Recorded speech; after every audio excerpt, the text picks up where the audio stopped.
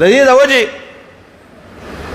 څه کتابي خبره نه ده خو د تجربې خبره ده او دا به زموږ مولوي صاحب وي کوم چې مشران دي هغوی ته پته لګي په دې بعضو کورونو کې دا میږي وي میږي راشي نو دا میږي ګرځي دي کورونو کې نو بعضې وخت په انسان باندې هم ګرځي ډېر زیات وي په خوراک کې هم وي نو زموږ مولوي صاحب له چې څوک رالله و یاره چې میږي د دې دپاره څه چلو کو نو هغه به ولې څه دم درودم وکړه خو یا لکه یو کار وکړې ځکه میږي مړ کول دا احادیثو کې راغلي دي د میږي به نه مړ کوې 3 څیزونه دي چې دا به د دې وجل به نه کوې 3 څیزونه احادیثو کې راغلي دي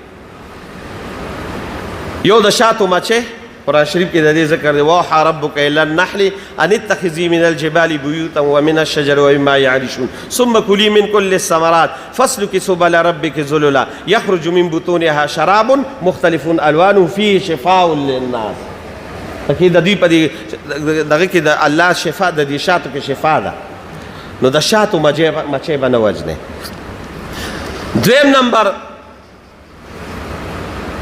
په عربی کې ورته هدهد وایي او موږ ورته پښتو کې ملار چرجک وایو او صاحب چې اردو کې ورته څه وایي ښه اردو کې به ورته څه وایي دا ملار چرجک په نه وژنې حدیثو کې راغلی دی دا ولې اوهو دی یو دی داعی د توحید دی داعی د توحید دی داعی د توحید څه مطلب د یو قوم خبر راوړو چې هغوی د نور عبادت کو سلیمان علیه السلام ته د هغې قوم خبر راوړو چې هغوی خو د نور عبادت کوي سلیمان علیه السلام ناسو قرآن شریف کې د دا واقعه وتفقد الطیر داسې په مارغانو یې نظر ولګو سلیمان علیه السلام له خو الله عجیبه باچۍ ورکړې وه که نه وحشر لسلیمان جنوده من الجن والانس والطیر فهم یوزعون انسانان څه کوي په پیریانم په دیوانم په پرندوم په چرندوم په درندوم په دې ټولې باچۍ وه وتفقد الطیر په مارغانو یې نظر ولګو فقال ما لی لا ارى الهدهد هدهد نینم کہاں گیا ہے کب خواته دی لو عذبنه عذابا بغیر اجازت تلی دی لو عذبنه عذابا شديدا او لاصبحنه او لياتيني بسلطان مبين على لومه لاصبحنه لو عذبنه عذابا شديدا سخت سزا ولا ورکو وخمه او کو جرم نورم سخو لاصبحنه بالعلومه سزای موت الله اکبر د پیغمبرانو د عقل نظر شم او قربان شم ما خو تاسو چې الله پیغمبري چاله ور کوي دا عقل په انتها فورا وسره یو بل خبره کوي او لا یاتینی بس یا ولا دلیل لري کو دلیل معقول نو بیا به پرېدما خو کو دلیل معقول نو دی به اجازه څنګه تللی دی فمکث غیر بعید الله اکبر صدا قرآن عجیب انداز ہے درنگ سات لاتے رنو فقال احط بما لم تحط به وجئتك من نبأ څنګه وجئتك من نبأ یقینا درنگ سات نور چې هدهد خلاباز یا کاتا ہوا آ گیا کہاں گیا ہو چرتا تلی ہوئی قال احط بما لم تحط به وجئتك من سبأ بنبأ یقین او سلیمان ستا باچی خو عجیبه باچی ده خو نن ما تعالی هغه خبر راوړی دی چې ستا فوج هم ورته نه دی رسېدلی داسې خبر مې راله راوړی دی څه چل شوي دی انی وجدت امرأة تملکهم من شیء واوتیت لها عرش وله عرش عظیم ما خو یو عجیبه دغه راوړی دی یو عجیبه خبر مې تعالی راوړی دی داسې یو قوم له لاړم چې ښځې باچۍ کوله انی وجدت امرأة تملکهم ښځه باچا وه واوتیت من کل شیء هر یو څیز وسرې و هر یو څیز وسرې چې څومره د باچۍ سامان او ضروریات دي ټول وسرې دي او سلیمان علیه السلام یو بل شی مې ولیده ولها عرش عظیم یو عجیبه تخت یې مو خو مصیبت دا دی سلیمان علیه السلام چې وجدتها وقومها یسجدون للشمس غضب دا دی چې سجدې دا او د دې قوم نور ته کوي اوس نور د سجدو دغه دی د الله نه علاوه خو به د بل چا عبادت نه کوي نو قوم لګیا دي ټول سجدې نور ته کوي. دا خو د حدود د بولار چارجک په زړه کې هم د چې ګوره سجده د الله حق دی، عبادت د الله. سلیمان علیه السلام بیا د قرآن شریف د واقعه زما مقصد دا نه دی، خو دی وی داعی د توحید دی، د یو ډېر زبردست د توحید خبر راوړی دی، نو د دې د وجې د ده مرګ حرام دی. او دریم نمبر وره، دریم نمبر میږي به هم نه مجني. ولې؟ د دم ډېر په ښکلې طریقه په قرآن کې ذکر شوی دی، د خیرخواهۍ په طریقه شوی ده، د ډېره لویه خیرخواهي کړې ده. خیرخواهي داسې یو څیز دی چې د چا خیرخواهي کې خیر ورته رسې، دا داسې یو څیز دی چې الله به په قرآن کې ذکر کوي. سلیمان علیه السلام دا سلیمان علیه السلام دی، تخې په هوا روان دی او په یو واده باندې ورغی، قرآن کې دی. وحشر حتی اذا اتوا علی واد النمل، په یو واده د میږو ورغی، میږي لاندې دي، سلیمان علیه السلام بره دی.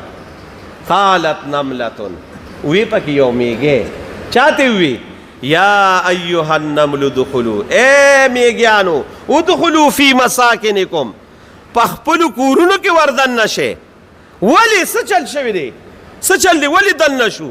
لا یحتمنکم سلیمان و جنوده، د سلیمان علیه السلام لښکر را روان دی، اسې نه چې په دې خپو کې ما چیغړي کی.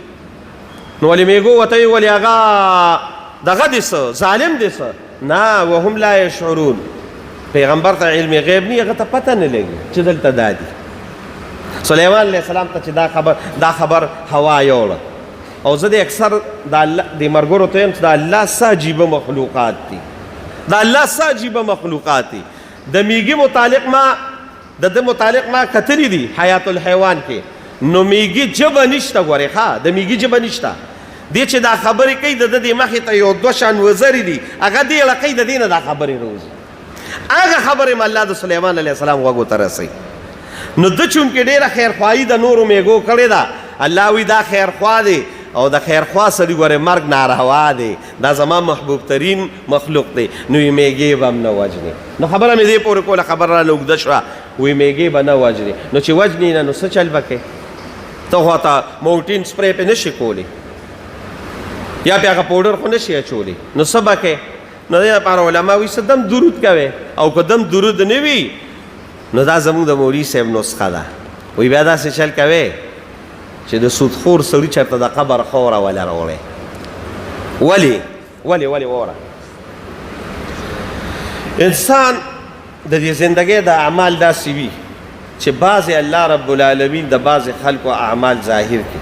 لکه زموږ ډېر زیات بزرګان، خصوصا د دیوبند بزرګان، دا چې څومره اکثر وفات شوي دي، لکه زموږ مولانا احمد علي لاهوري رحمه الله، یا مولانا موسی خان البازي رحمه الله، یا دغه شان نور ډېر بزرګان. او ستا لنډ ستا په علاقه کې لنډ اوسني د دې عشرې خبره د دې چې دا کم 10 کاله دي. زمونږ وګورئ استاد محترم، زمونږ استاد محترم ډاکټر شیر علي شاه صاحب رحمه الله، د قبر نه باقاعده خوشبو روانه. اوس زمونږ یو کال نه 3 میاشتې کېږي زمونږ حضرت اقدس حضرت مولانا عزیز الرحمن هزاروي رحمه الله چې وفات شوی، باقاعده د هغه چې کوم مریدانو متوسلین دي هغوی باقاعده محسوس کړي چې د قبر نه خوشبو راوړي. ولې لاندې ګل پروت دی، ګل نو د ګل نه خوشبو ځي که نه؟ او چې لاندې مرداره پرته وي نو نحوست پې خامخا راوځي، نحوست پې خامخا راوځي. او دا خو احادیثو کې دي صاحبه، دا احادیثو کې دي چې کله دې قبر کې عذاب ورکولی شي که نه، قبر کې عذاب ورکولی شي، دا رسول الله مبارک ویلي.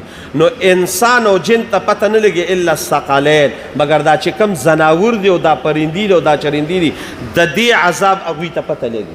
او رسول الله مبارک باقاعده د هغه په وخت کې شوي دي، اوښې ټوپونه والي دي، څاروي ټوپونه والي دي، نبي علیه السلام ته پته لګېدل چې د قبر کې عذاب ملاوي. نو دا قبر د دې سودخور دا قبر دا عذاب هغه آثار د خاورو ته هم راغلي وي. نو چې هغه میږي دا خاوره بین کړي که نه، نو بس په مخه دغه وتښتي، میږي وتښتي، پته ورته لګي چې دې کې نحوست دی، میږي د هغې ځای نه وتښتي. نو زموږ مولوي صاحب د قبر دغه راوړی، پته به راته ولګي. او ما قسم په خدای په منبر ناسې په خپلو سترګو ما دا منظر لیدلی دی، په خپلو سترګو ما دا چې د سودخور د قبر نه خور راغلی ده او موږ یو قسم منډې والي دي. او د دې ګواه الله دې مغفرت نصیب کړي حاجي عبدالرحیم صاحب و، دله مې راوړې وه، یو کس وله راوړه، د ده په کور کې میږي ما ته وی اپې صاحب عجیبه شی دی راوړو، وی عجیبه دوی دی راوړه ده، وی په سبا مې قسم په خدای کو یو میږي م لیدلو. وروڼو د خدای خاطر وکړئ، د دنیا څه ژوند دی، یو څو ورځې ژوند دی، د دې یو څو ورځې ژوند دپاره موږ هغه لا زواله زندګي ولې خرابوو، ولې تباه و برباد کړو؟ او چا ځان سره یوړه؟ تاسو خو ما ته په دې مخ د کائنات کې څه ووایئ؟ زه اکثر دا خبره کوم، اگر چې د روایات هر څنګه چې دی خو دا په دې تاریخي روایاتو کې راغلي دي چې په دې مخ د ځمکې یو څلورو باچاهانو په ټوله دنیا باچۍ کړې ده. یو پکې سلیمان علیه السلام دی، په مسلمانانو کې یو ذوالقرنین دی، او په کافرانو کې یو نمرود دی، یو بخت نصر دی. دې څلورو کسانو په تمامه دنیا باندې باچۍ کړې ده. یو پکې ذوالقرنین دی. د ذوالقرنین د باچۍ متعلق په صورت کهف کې تاسو وګورئ، نن د جمعې ورځ ده چې چا لوللي وي هغوی به دا واقعه ویلي وي. د جمعې په ورځ به نبي علیه السلام وایي چې صورت کهف وایه، ځکه چې الله به هم د تمامو فتنو بیا خصوصا د دجال د فتنې نه به هم الله ساتي، او خصوصا دا لومبي لس آیاته دي، دا لومبي لس آیاته دا خامخا وایه. نو په قرآن شریف کې د ده واقعه ده، د ده متعلق الله ویلي دی. الله وی ویسألونک عن ذی القرنین قل سأتلو علیکم من ذکره. اوس راته واقعه بیانوم. الله وی انا مکنا له فی الارض وآتیناه من کل شیء سببا. الله وی ما ولا باچۍ ورکړې وه، ما ولا باچۍ ورکړې وه، خو څنګه باچۍ مې ورکړه؟ حتی اذا بلغ مغرب الشمس وجدها تغرب فی، چې د نور د کم ځای نه راخیږي او په کم ځای باندې پروزي نه د دې پورې مې ولا باچۍ ورکړې وه. الله وی الله داسې باچۍ وه، یعنې په ټوله دنیا. الله وی اوس چې د ټولې دنیا باچا وي د ده به څومره مالي؟ اوهو خو د ده متعلق لیکي، دا په روایاتو کې راغلي دي. وایي چې کله وفات کېدو نو خپل بچي یې راوغوښتل، ورته وایي بچي زه څنګه پلار یم؟ وایي بابا ته ډېر ښه پلار، ځکه چې د یو انسان د نیکوالي بیان الله په قرآن کې خو لوی انسان به وي که نه، وایي ډېر نیکترین انسان یې. وایي ستاسو حقوق ما برابر کړي دي؟ ویاو. وایي زما یو وصیت دی، عمل به پې وکړئ؟ وایي بلکل به پې وکړو. ښځه وایي زما دا وصیت دی چې کله ما زه مړ شم، کفن مې وشي او جنازې ته رامخکې شم، نو بس دومره قدرې یو 15 منټه یو 4 منټه دا کار وکړئ چې زما دا خپې او زما دا لاسونه دا لږ داسې د کټ نه راوباسئ او داسې خواره کړئ. نو بچو ورته بابا دا ولې؟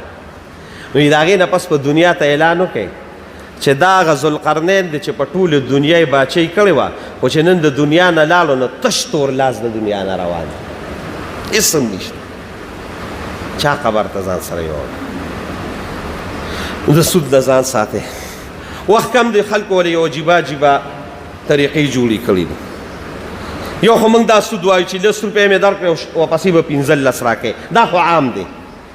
بعضې خلک په بینکونو کې لګیا دي، فکس ډیپازټ کې پیسې پرتې دي، باقاعده هغه پرتې دي، هغې وله راځي. بعضې خلک لګیا دي او دغه کې دا انشورنس وغیره دا کوي، دې کې لګیا دي. بعضې خلک لګیا دي کالي به بینک کې کېږي او هغه به پراتې او د هغې نه پس به زیاتې پیسې علم.